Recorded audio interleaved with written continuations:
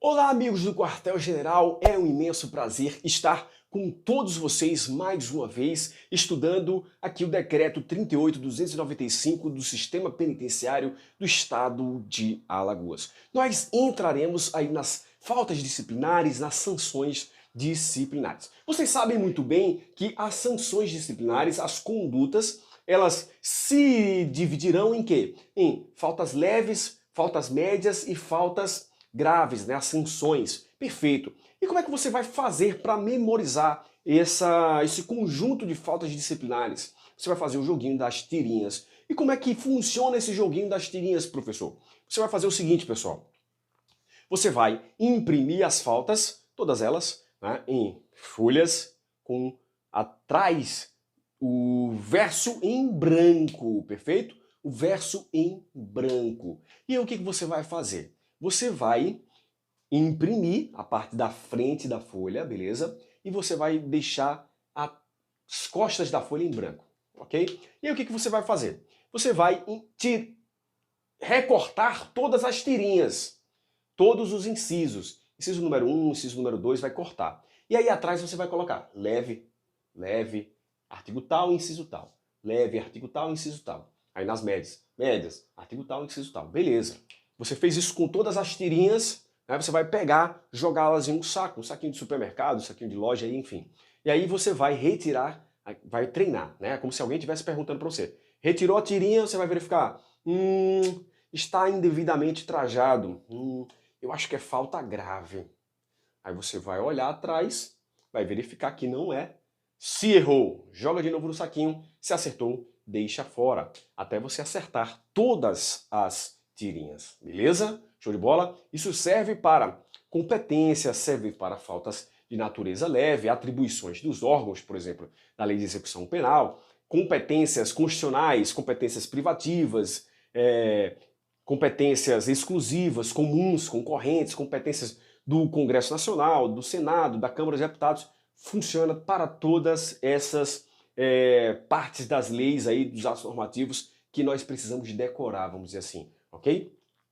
E que as provas gostam de confundir, né? Traz uma assertiva, diz que é de determinado órgão, mas na verdade é de outro órgão, por exemplo, ok? Mas vamos lá, vamos falar sobre as faltas disciplinares, sobre disposições que falam sobre a disciplina dentro dos estabelecimentos prisionais, ok? Nós temos aqui, começando no artigo 74 do nosso decreto, nós temos o princípio da anterioridade. O princípio da anterioridade fala que não haverá infrações ou sanções sem a prévia e anterior disposição em uma lei ou em um regulamento. Ou seja, para o preso ser punido por uma determinada conduta, essa conduta deve estar prevista anteriormente em um ato normativo.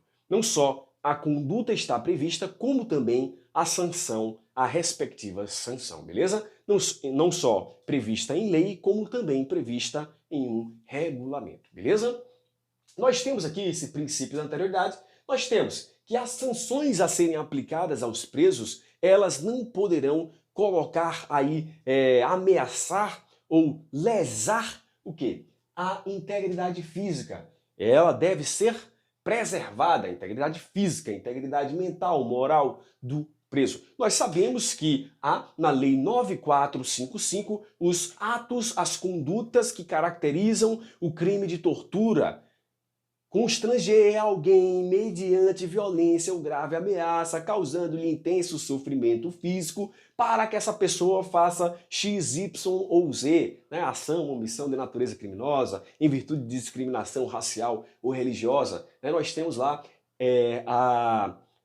as condutas que caracterizam a tortura, beleza? Que está prevista na Constituição Federal como um crime inafiançável e também insuscetível de graça e anistia, beleza? Lá nos mandados constitucionais de criminalização, né? Os crimes constitucionais, vamos dizer assim, beleza? Então nós temos aí que a integridade física, mental, moral deve ser preservada. E é interessante que o próprio decreto fala que não é possível cela escura, cela insalubre, isso está em conformidade com a lei de execução Penal Lei 7.210, que é o nosso carro-chefe para todo concurso da área prisional, beleza? Nós temos aqui que as infrações, elas podem ser comissivas em formas de ação e também omissivas em formas de omissão. Deixa eu só ajeitar aqui a claridade da nossa câmera para ficar legal, para ficar bem legal mesmo, pessoal.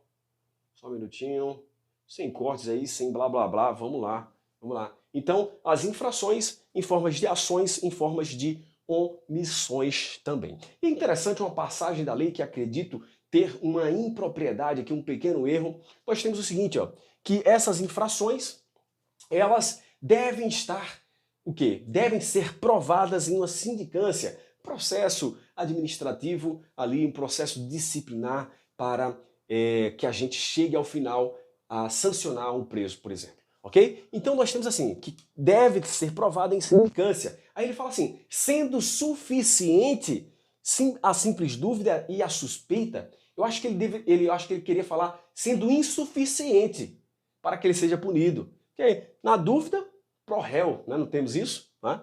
Mas ele fala assim, sendo suficiente. Então fica esperto aí nesse detalhe aí, beleza? Nós temos aqui que na admissão, os presos devem ter conhecimento, devem ter ciência dessas normas disciplinares, normas regulamentares. Ou seja, ele deve saber que aquela conduta que ele está praticando, ela tem um manual, um regulamento aqui falando que é proibido. Então ele deve ter conhecimento dos direitos, dos deveres na admissão, no ingresso no estabelecimento prisional. Beleza? Nós temos aqui que ele deve, conforme o texto da Constituição, ele deve exercer a defesa dele. E nós sabemos que nos processos disciplinares, administrativos disciplinares, a presença do advogado, ou melhor, não é obrigatória a presença do advogado.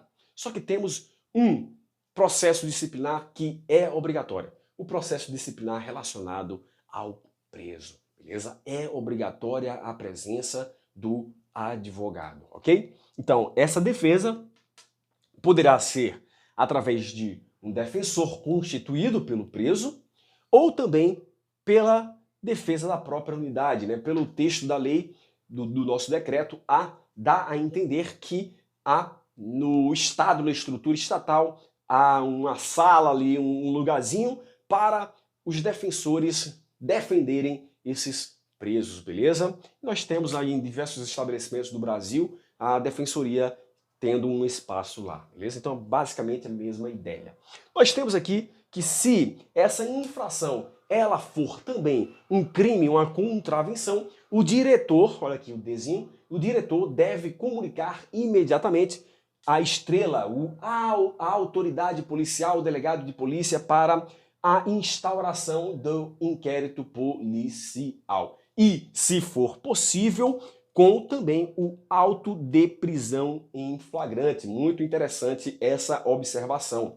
E temos que essa instauração do inquérito policial, ela não suspenderá o processo disciplinado interno, PDI, o processo disciplinado preso, PDP, também, né? Então não suspenderá, ou seja, poderão correr juntos o quê? O inquérito policial e também o processo de apuração da falta disciplinar do preso, beleza? Nós temos que nessa situação o diretor deve comunicar a autoridade policial e deve comunicar também o juiz da execução penal, caso estejamos tratando de preso condenado, ou o juiz processante no caso de presos provisórios, ok? Então copia esse quadro aí bisurado para vocês, que já já nós teremos mais informações, beleza? Vamos lá, copia, copia, copia!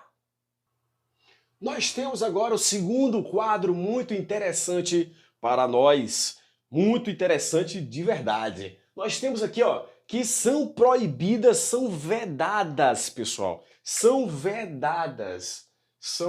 vedadas manifestações coletivas. Ele fala assim, manifestações coletivas sem ordem ou disciplina. Mas organizadas podem. Claro, organizadas podem. Senhor diretor, senhor chefe de segurança, diretor de segurança, eu gostaria de conversar com vocês a respeito de um determinado problema.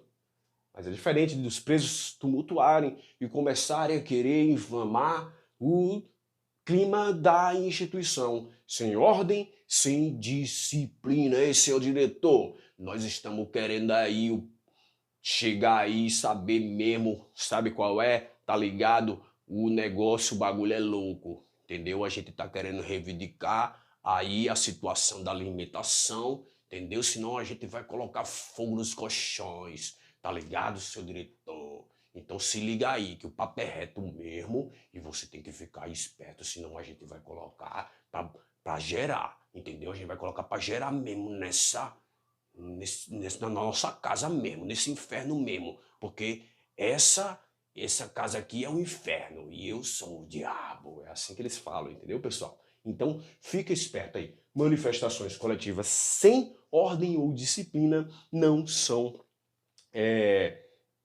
vedadas, beleza? Para reivindicação, para reclamação, não pode não. Só com ordem, com disciplina, tranquilinho, ok? Nós temos aqui que a aplicação das sanções deve ser comunicada pelo diretor ao juiz no prazo de 5 dias. No prazo de 5 dias, beleza? Só que acontece o seguinte, havendo processo de livramento condicional, havendo processo de progressão de regime, havendo processo de remissão das penas, de indulto, de comutação das penas, deve ser comunicado com um prazo um pouco mais rápido, porque essa aplicação da sanção pode influenciar nesse processo que está acontecendo no Poder Judiciário. Então, deve ser comunicado nesses 5 casos, ok? No prazo de 24 horas. Livramento condicional, indulto, progressão de regime, nós temos progressão de regime, comutação das penas e remissão, beleza? Então fica ligado aí nesse prazo. Um ponto muito importante que nós temos aqui no nosso ato normativo é a diferença entre a fuga e a evasão. Olha aí no quadro, deixa eu pegar aqui mais uma vez. Fuga e evasão. Às vezes eu fico bastante empolgado aqui com essas informações que estarão na prova de vocês ali, já estão na prova, a prova está sendo impressa agora e está saindo essa informação, né? Então fico muito empolgado e acabo querendo botar fogo na prova. Vamos lá, nós temos o seguinte aqui, ó, fuga. Nós temos que é uma ação dolosa ou culposa, né? Eu não consigo imaginar uma fuga culposa, né? Mas tem aqui, fuga culposa.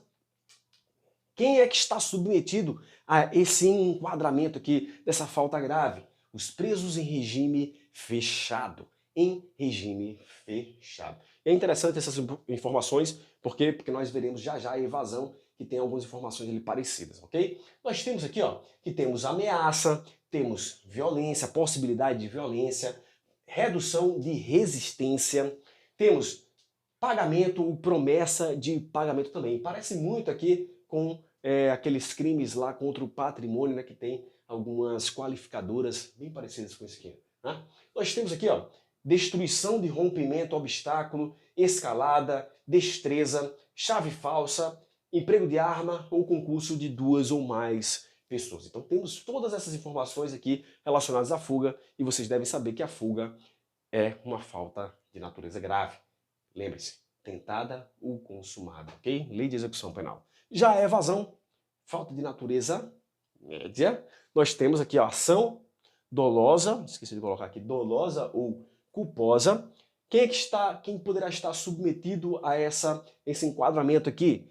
Semiaberto, os presos do semiaberto ou os internados. E lembre-se que na evasão, diferentemente da fuga, nós temos aqui, ó, não há emprego de violência. A evasão pode ser tanto da própria ou de terceiro, beleza? Não temos violência aqui, mas na fuga há a possibilidade de termos fuga com violência, ok? Então, ficamos aqui com essas informações muito importantes para vocês. Eu espero que vocês estejam gostando dos vídeos aí, na medida do possível. Eu vou gravando aí para mostrar para vocês alguns bizus que poderão cair em prova, ok? Então, muito obrigado mais uma vez, curtam, comentem, compartilhem, inscrevam-se no nosso canal aí, a participação de vocês realmente é muito importante. E eu estou já nos processos finais aí de montagem da apostila, né? Temos aproximadamente 300 questões, estilo CESP, somente com comentário, e no comentário eu coloco o número do artigo ali, e vale a pena esperar um pouco aí para a gente pegar essa apostila, pegar todos os bizus, várias questões que eu fiz, eu acho muito interessante e elas poderão estar em nossa prova, ok? São 4 atos normativos, depois eu passo as informações mais especificamente para vocês, beleza? Muito obrigado, pessoal, Deus os acompanhe nos estudos e vamos que vamos para a nossa vitória. Para cima, pessoal!